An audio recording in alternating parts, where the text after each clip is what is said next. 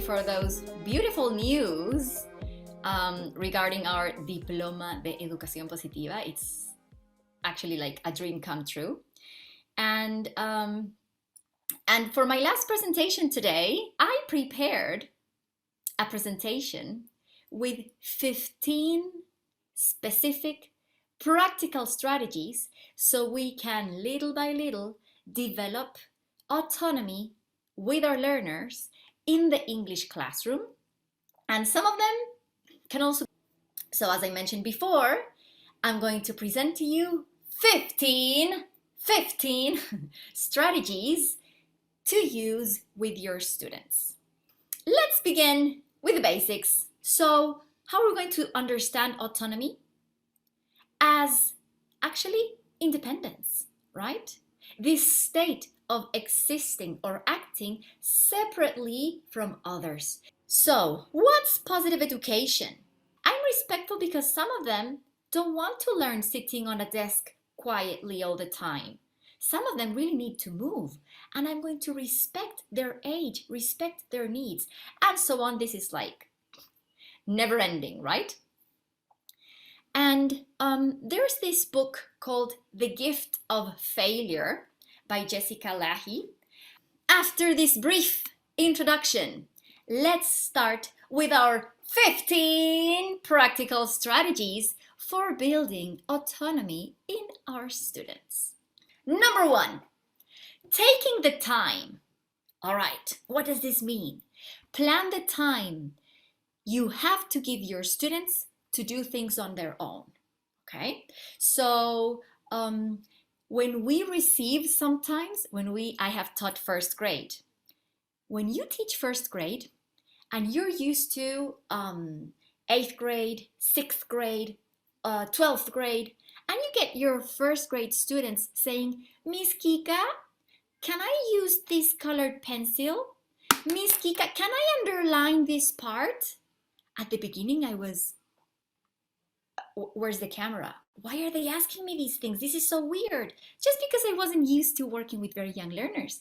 And they were not used to taking their own decisions, right? Making their own decisions. It was clear they weren't used to that. So if we want to develop and accompany students in the development of autonomy, let's let them have the time to do some things on their own, okay? Strategy number 2, believe in them. Yeah, sounds easy. Of course I believe in them, Kika. Yeah, I'm a teacher, I believe in people. Okay, this has to be deep believe in our students. And this is a strategy that I learned yesterday from another teacher. I am doing a course on methodology, and this teacher shared this idea. I fell in love with it, and I told her, okay, thank you. I'm going to copy this idea for tomorrow's presentation because I thought it was amazing. So this teacher took this little bottle of home spray for the very nice smell. Of course, when she used it up, she put just regular, normal, plain water inside, and she put a label on that said English Power Magic. Wow, and she took it to class. And she told her students, it was first grade and second grade students, she told them, hello everybody, look at this bottle. This bottle has magic spray. What? Yes, magic spray, everybody. This water, if I spray it on you, guess what? You will understand English much more. So you won't ask me, ay, Miss, say it in Spanish. Miss, I don't understand. Yes, it will make a difference. Are you ready? I'm going to spray this magic spray on you. Are you ready? Here I go. And she started spraying just plain water. But for children, it was a concrete way of, oh, okay, there's magic. I can see it. I can feel it. I am going even to try. Idea number 3. And this one was mentioned at the beginning, right? Problem solving. How can we make sure that we solve problems with our students and that they are actually acquiring this skill of solving problems on their own? How can we do it? Okay, tip number 1, involving students. This is actually not obvious, okay? I visit many schools with an approach of positive education, and when we talk with the teachers, we realize, we were not actually involving students at all. I, as a teacher, thought I was responsible for bringing all the solutions, right? So everybody, there's this problem. Here's the solution. So from now on, we're going to do A, B, C. Did the children say anything about it? No. Did I ask my students? No. I solved the problem. So let's involve students. Just like when we see in the picture here, the teacher sitting down. Hey, everybody, let's sit in a circle. There's this problem. Sometimes we're not respectful with other classmates. What can we do about it? You know what? Sometimes you don't have enough time to eat your snack and then you're hungry during class. What can we do about it? Hey, some people are not doing their homework. What can we do about it? Hey, whatever it is. How can we solve this problem together? And just like Monica said in the morning, when we ask our students and we actually hear them and they have a say, they will start feeling, my opinion is important. I am already a thinking person that can be a support for the search of this solution. So they will start feeling more important with a sense of belonging. And guess what? Psychologists already told us, if a human being feels that they belong and feels that they are important, their behavior is going to be much, much better and much, much positive. Strategy number 4, another idea, and this idea is related to books and the use of literature, so I love this idea just because of that. Choose a book and open it at any page. And each time you come to a word you don't know, you start putting one finger up. How many fingers did you put up? If you put up no fingers or only one finger, that book is too easy for you. If you put up 2 or 3 fingers, that's just right for you. If you put up 4 fingers, you can give it a try, but it could be too difficult, and 5 words, it's definitely too hard. So teaching children about this 5-finger rule, and of course having it on the classroom, on the walls, next or on the library or in the library next to the books, it's going to help you not just remember what was the rule, but they can actually see it, right? 5-finger rules. There it is. Strategy number 5, rubric co-designing. Cecilia Nestler, yesterday on her opening talk, which was amazing and motivating, she already mentioned rubric co-designing. And what does this mean? It means that, let's say we have a task, we have an objective. I share this objective with my students and I say, okay, students, so as the objective we have is to write a letter, so let's write this letter to the city hall because you want some changes for the school, okay? What should we include in this letter? Strategy number 6, open questions for students. I love this one. This is so positive education. So positive education, okay? So I decided to just put these sentences in red telling you, hey, red, no, no go. And these other ones in green, these are the ones we should use much better, okay? So instead of this, red, this is better, green. So open questions for students are also a very practical strategy. Little by little, they will start feeling autonomous. They will even get a higher self-esteem. Hey, I can decide that. Yeah, I'm not doing everything the teacher says. I am also a person who can make her own decisions, right? So this boost of self-concept, as I have learned from Joaquin, is also developed with these open questions for students instead of just telling them what to do and giving them instructions all the time. Strategy number 7, motivation versus praise. Something came up also regarding praise. I don't remember now if it was yesterday or today in the morning. But look at these two pictures. The first picture, we see a person getting down to the level, to the eye level of the child, accompanying her, holding her, right? Trying to connect. We can see that she is focusing on the girl. And the second picture, we see this, wow, this emperor child sitting on the throne, somebody giving him air, another person giving him a trophy. He's wearing his crown and his medal. Okay, we don't want this, of course, right? So motivation is expressed with this first picture, and praise, you're beautiful, you're smart, you're amazing, is expressed with this picture.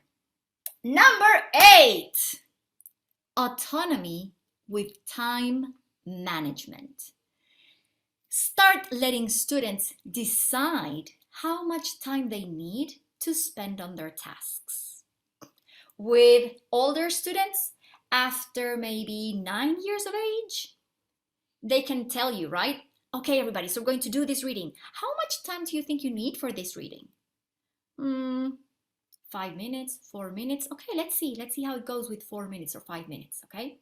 With younger students, they don't know what time is, so we have to make it more concrete. So sometimes showing them a sand clock and telling them, okay, when all the sand goes down, we have to finish cleaning up, okay? So they know, do I have more time? Do I have less time? It's something concrete. And also online, there are many of these children's timers that you have. For example, it starts with a red, the one in the middle here, it starts with a red circle and there's an image behind it. And the image starts being discovered when time goes by, and there are for 1 minute, for 2 minutes, for 3 minutes, for whatever. So it's also another way of making time concrete for students, so they can start getting to know, okay, this is time, this is what it takes, this is how long it took for me to do whatever task. Number 9, this amazing question, how did you learn best? Okay, and this involves how did you learn best physically and how did you learn best cognitively, right? So what do I mean by this? Did you learn best when you were sitting down? Did you learn best while you were moving? Did you learn best when we were dancing to the song and repeating the structures? Or did you learn best when you were just laying back, like very relaxed? What physically, how were you when you learned best? And cognitively, what happened that you learned best? Were you talking to a partner, or were you just reading by yourself? Right? So these questions are important because of 2 reasons. 1, I get to know my students better, so I can give them the opportunity of being flexible to their sitting arrangements, or how they are going to be organized in the classroom, or how they're going to work. And also, they start being more autonomous, getting to know metacognition. This is what Cecilia also talked about. They're going to be more autonomous, getting to know the best ways that each of them learn. Yeah, for this, I learn better if there's no music on, if I need quiet to learn this better. Or some people need to have a conversation, or some people need to, whatever it is, right? So asking our students, how did you learn best? Let them try. Consider the time and effort of letting your students be active in your lessons. And let them try involves what? Let them touch. I remember when I first started teaching and I would bring an experiment to kindergartners, and they were like, oh, novelty, I'm so excited about this. Oh, let's see. And they wanted to touch, and I was so strict about it. I didn't know, right? No. This you can see, but you cannot touch. And they were just so crazy about touching. So let them touch, let them speak, let them move, let them choose, let them express themselves, let them have fun. We've also seen this before, so this is not new. Welcome mistakes. I have 2 practical ways of welcoming mistakes. Okay, how can we do this, Kika? How can I welcome mistakes in my classroom? Number 1, easy, right? Don't punish mistakes. If you want to welcome them, let's not punish them, okay? And tip number 2, model your mental process when you make a mistake. How do I do that? For example, okay, everybody. So I have here, boys and girls, I have here my my memory stick. This is not the memory stick for 2nd grade. Oh, and then I start verbalizing the steps. Oh, I just realized I didn't bring the one I wanted. This probably happened because I wasn't paying attention when I took it from the office. I need to be more focused. Number 12, for English teachers, the use of sentence frames. How many times haven't you said, my children don't speak any English and they just continue speaking Spanish. How can I make them more autonomous without saying, Miss, ¿cómo se dice? Miss, how do you say? Miss. This is the solution, everybody, and I love these. Number 13, learning about feelings. Why? Because recognizing feelings is the first step so we can learn to manage them. How can we do this? For example, with this beautiful book, Bukku education book, of course, The Colors Are Gone. This is a story of Agustina. Agustina wanted to paint, and guess what happened? She lost her watercolors. So then she started feeling some things that are linked to colors. Why? Because this is a way that children can get to see feelings, which is very abstract, in a concrete way. Number 14, conscious breathing. We know that conscious breathing is one of the strategies that help us regulate our brains again. How can we do this with little children who don't know breathing? How do I do that? So here's an idea. On a paper plate, on one side of the paper plate, you can draw a flower or paste the picture of a flower. On the other side, the picture of the drawing of a candle.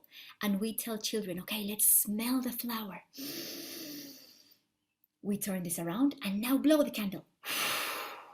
Let's do it again. Smell the flower and blow the candle. I'm doing this already. I started like 2 days ago with my 2-year-old son. And he's doing, when he starts throwing things or hitting me, I say, okay, let's breathe. And it works so better. The last one, mindfulness. When we are not feeling very well, when we are stressed, when our executive functions are blocked because we are in fly, fight, or freeze mode, survival mode,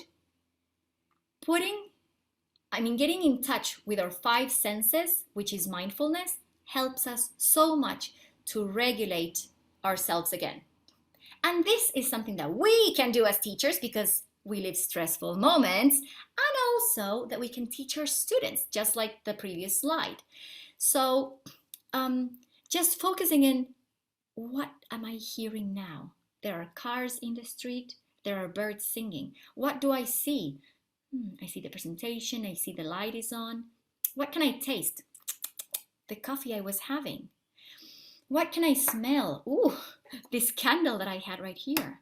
And what can I feel? Okay, I feel the chair, I feel my feet on my sandals, and already when I'm focusing on my 5 senses, already my brain was regulated. I got to calm down.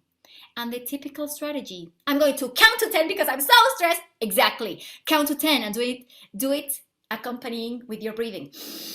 1 Mississippi, 2 Mississippi, 3 Mississippi, right? Counting to 10 before sometimes saying something back that you might regret.